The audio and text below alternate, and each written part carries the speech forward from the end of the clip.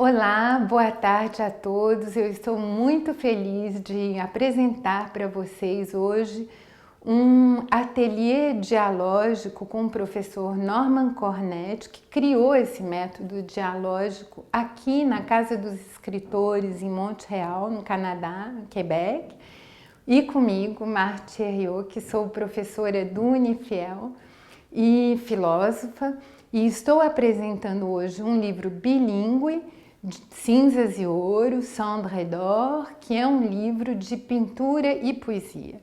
E eu gostaria de fazer uma dedicatória especial ao professor Milton José de Almeida, que é um professor da Unicamp que criou a disciplina Educação e Cinema e que me inspirou para esse trabalho de imagem, texto, e que vai nortear os nossos diálogos, quer dizer, essa possibilidade de interpretar filosoficamente as imagens. Então, eu penso que vai ser um encontro muito interessante. Nós vamos falar em francês durante o encontro, mas eventualmente nós podemos ter subtítulos em português, é uma coisa que a gente pode estar elaborando. Em todo caso, muito obrigada pela atenção, meu abraço carinhoso a todos vocês e até!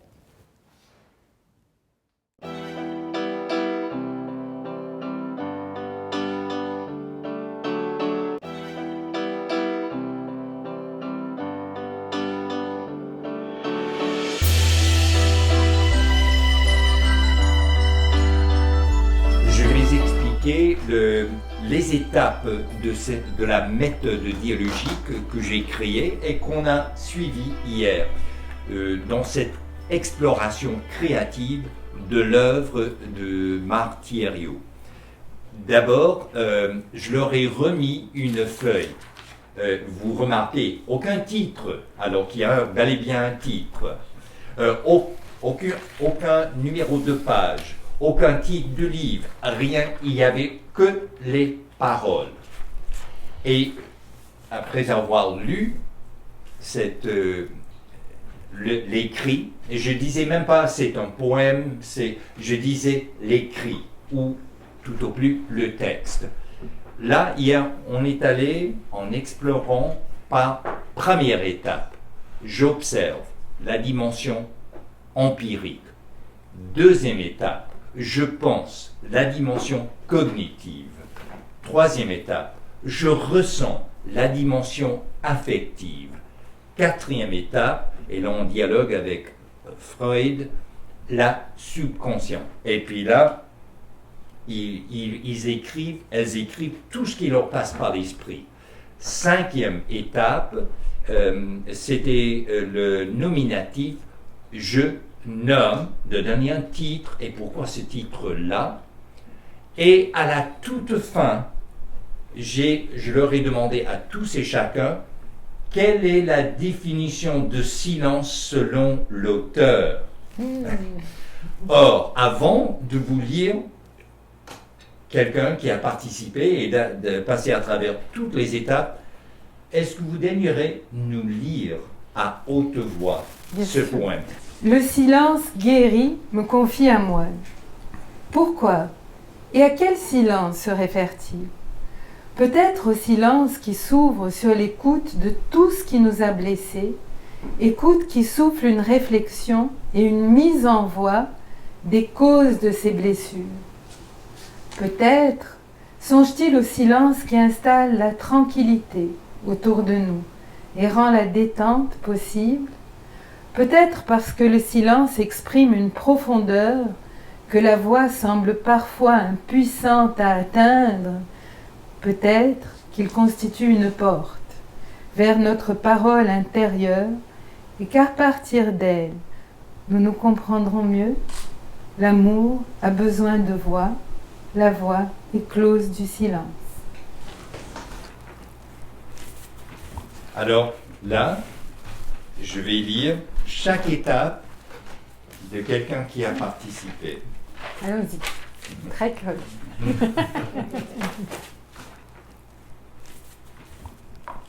Définition, silence, mot qui définit le calme. Écoutez, regardez. Le regard devient plus présent.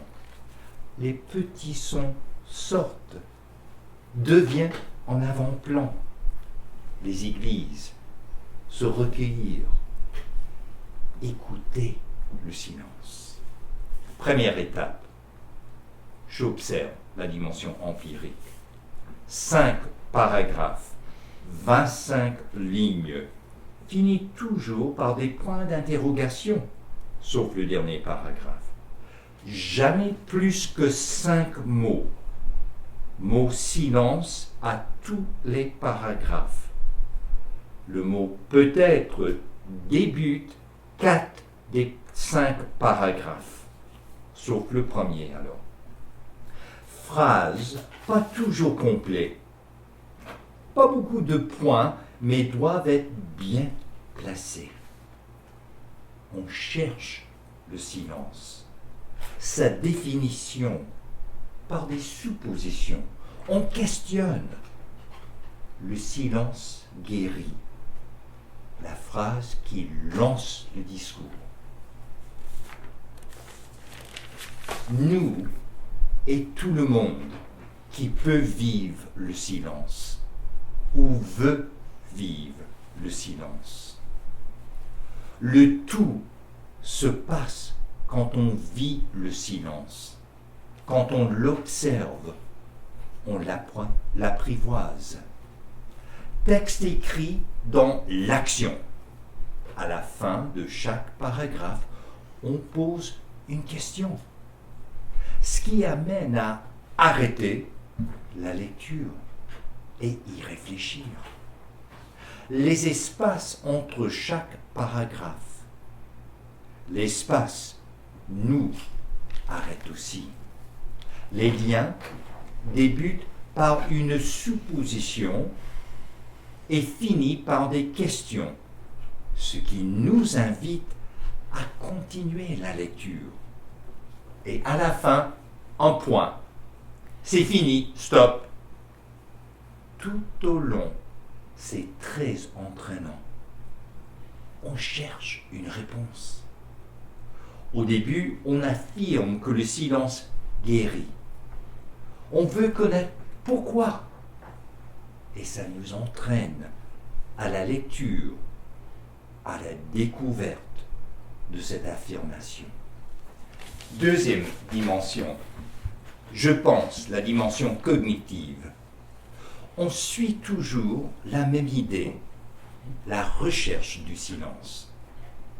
Pourquoi avoir pris le moine comme départ pour le texte? C'est restrictif. Comme si on voulait attacher le silence à la méditation, alors que c'est plus grand que ça. Le silence est tout, et dans toutes les heures du jour. Toujours le même procédé. Peut-être la recherche, questionnement, ça ouvre les portes. Recherche de son moi intérieur par le silence. Vouloir comprendre la réflexion de ce moine sont tous les questionnements. Pas juste le silence en son, mais aussi le silence des choses et le silence des idées que l'on tait, que l'on ne dit pas, que l'on enfouit, que l'on ne veut pas ouvrir et écouter. La petite voix intérieure, celle qui nous juge, que l'on ignore. Quatrième étape, la dimension affective. Je ressens. À première vue, le texte amène à vouloir le silence, vouloir l'apprivoiser, écouter le silence, le vivre même. De commencer avec le moine influence notre écriture, notre lecture. Le poème me semble bien équilibré, très aéré. Les points d'interrogation arrêtent la lecture amène à la réflexion. J'aime que l'on évoque toutes sortes de silences qui ne veut pas dire la même chose, mais qui s'appelle toujours silence. Le mot est plein et a plusieurs facettes. J'aime le silence. Je l'apprivoise chaque jour, pas juste dans ma tête, mais aussi dans mes gestes, sans pour autant devenir restrictif. Quatrième dimension, la subconscience. Les points d'interrogation sont disgracieux, gros, trop présents. Le silence, mot très important, feutré. Pas de synonyme, c'est impossible. Un mot, c'est tout. Il y a silencieux aussi. Tout ce que l'on ressent dans le silence, sentiment ou ressentiment. Silence souvent silence que souvent on remplit par des futilités, juste pour ne pas être ou se sentir seul. Souvent perçu comme un vide, un trou noir, l'angoisse. Qu'est-ce que le silence? Sans point d'interrogation. Apprivoiser le silence, c'est aussi se rapprocher de soi, s'écouter et aussi s'entendre. Le silence change de visage, toujours. C'est peut-être pour ça que l'on ne le connaît pas très bien. Il change selon nos états d'âme, les personnes que l'on rencontre ou des sons ambiants. J'entends des oiseaux, du vent dans les feuilles, des arbres, musique légère, déjeuner dans l'herbe ou à l'abri d'un arbre à l'ombre. Je veux faire taire la foule pour pouvoir entendre le silence. Les extrêmes pour pouvoir avoir, vouloir le silence. Quatrième étape, nominative. Je nomme. La personne avait choisi quelques types. D'abord, la recherche du silence. Deuxièmement, où est le silence? Troisièmement, le silence guéri, qui est en réalité le titre. Pourquoi ces titres-là?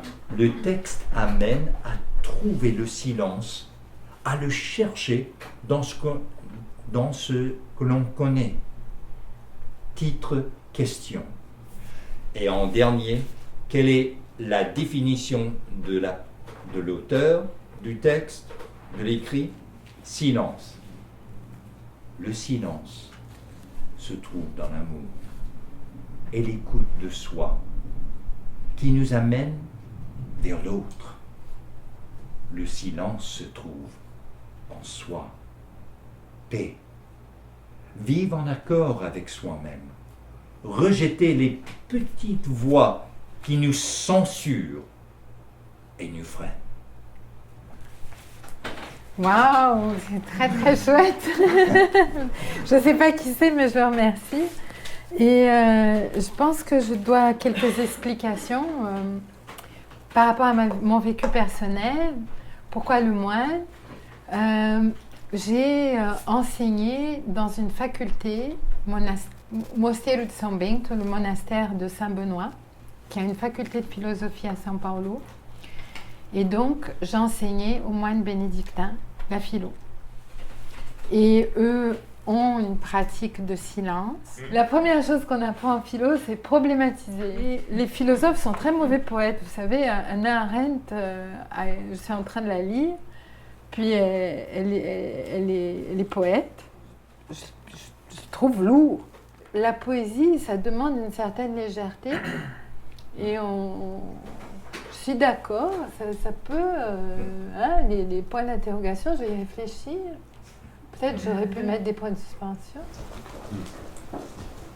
Moi, vous enseignez à des moines. Mais j'ai enseigné, oui. Oui, mais ils étaient dans le silence, donc c'était...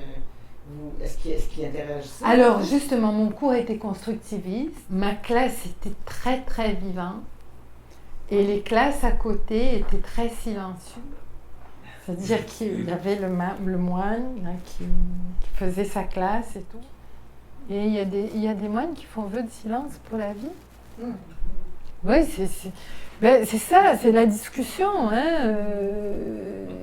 C'est pour ça que j'ai amené la question du moine, parce que je m'interroge. Moi, j'ai besoin de parler. Alors, si vous voyez dans le poème, j'ai dit « écoute qui souffle une réflexion et une mise en voix ». Et l'amour a besoin de voix. C'est-à-dire que je ne justifie l'écoute que dans la mesure où elle permet à chacun de prendre sa place, finalement, et de prendre sa parole.